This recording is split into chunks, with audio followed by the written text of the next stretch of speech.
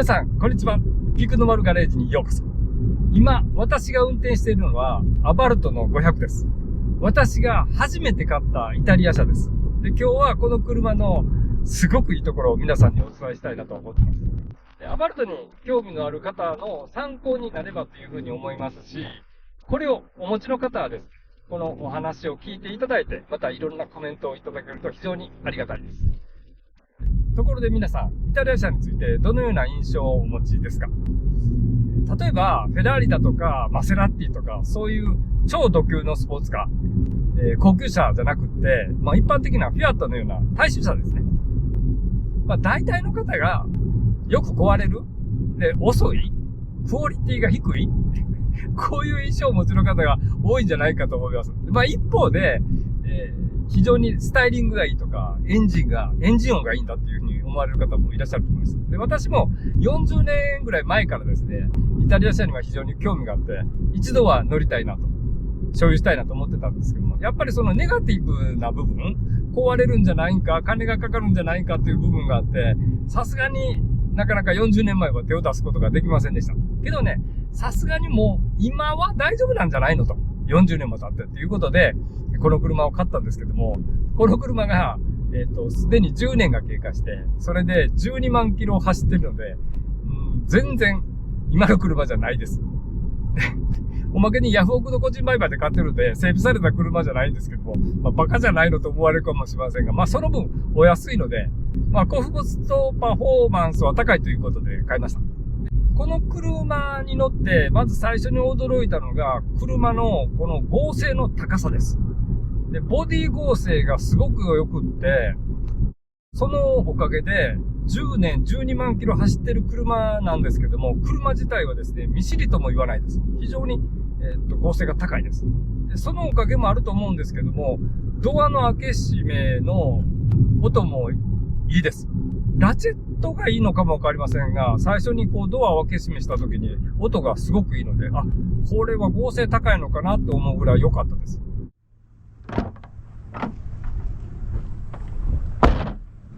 ただね、ちょっとだけイタリアンクオリティのところもあって、そのドアの開け閉め音はいいんですけども、閉めた後でちょっとガタガタというバタつき音がするんですよ。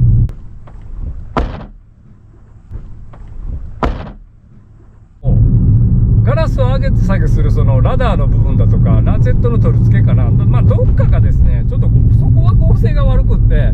開け閉めするだけにちょっとバタバタっていうところが、なんかイタリアっぽいなっていう気もするんですけども、ラチェットの音自体はすごく気持ちがいいです。で、そのボディ剛性が高いおかげで、足がものすごくよく動きます。ボディが柔らかいと、どうしても、ボディがねじれて、その足がよく動くっていう印象がないんですけども、この車はですね、ボディがしっかりしてるので、サスペンションがものすごくよく動くなっていう印象があります。で、そうやって言うとですね、足回りが柔らかいんじゃないのっていう風に思われるかもわかりませんが、そんなことは決してないです。多分日本車に乗ってる方が初めて乗ると、硬いと、めちゃくちゃ硬いなって思うと思うんですけども、ヨーロッパの車に乗ってる方からするとですね、ごくごく普通の方たちです。で、その足回りがですね、とてもしなやかに動いてくれるので、運転してて気持ちがいいです。で、それに、このステアリングの剛性も高いです。昔の車だとですね、ステアリングの剛性が低くって、なんか、ふにゃふにゃするっていう感じはあったんですよけれども、今の車で、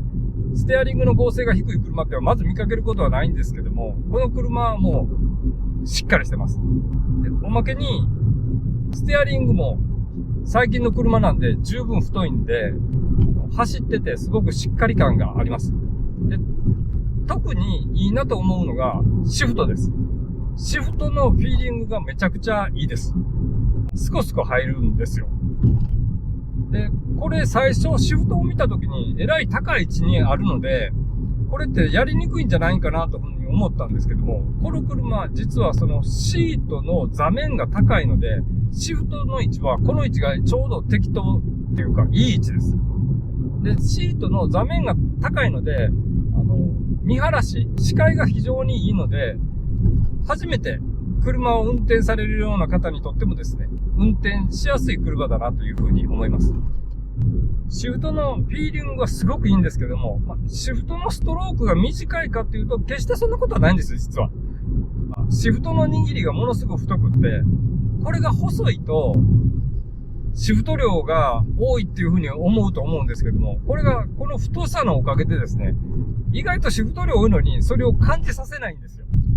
うまいこと作ってるなっていう風な印象を受けます。皆さんが気になる速さなんですけども、速さについてはこれ速いです。ただ、例えば250馬力とか300馬力もあるような車と比べると、せいぜいね、1400cc のターボですので、そんなにシートに体が、押し付けられるような、そんな速さではないんですけども、感覚的にも速いです。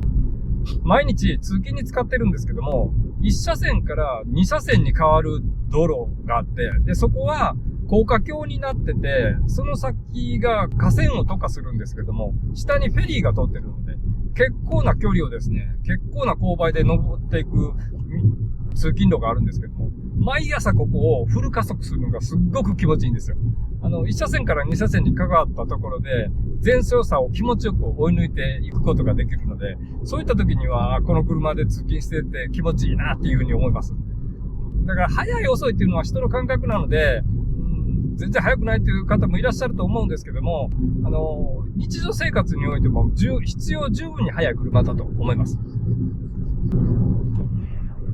意外といいのが燃費です。毎日使っててフル加速なんかもしてるんですけども、それ以外のところは結構燃費運転なんかもするので、そうするとリッター18ぐらいなんかをもう平気で走ります。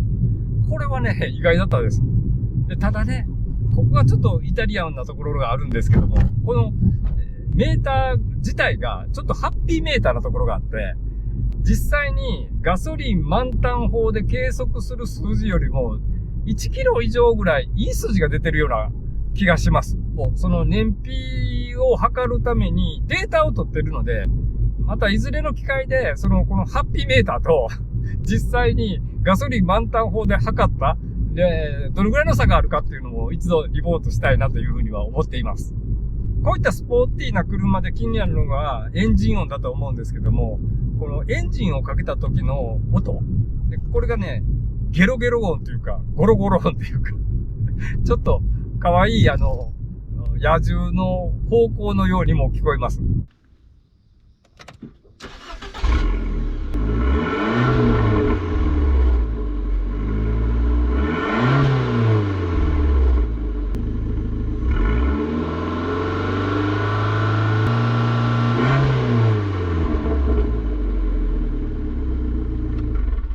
賛否両論あると思うんですよ。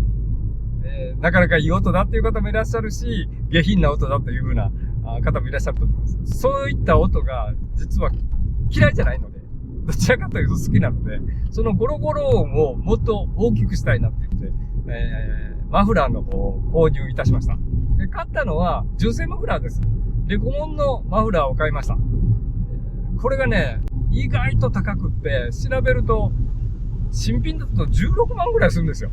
ちょっとぼったくりじゃないんかっていうような気はするんですけども。で、私が買ったのはヤフオクで中古を買いましたので、またそれもですね、取り付けて皆さんにご報告できればいいなというふうに思っています。この車まだ買ったばっかりなんですけども、普段に使っててなんか壊れるような気はしないんです。実はうちにフォルクスワーゲンのポロ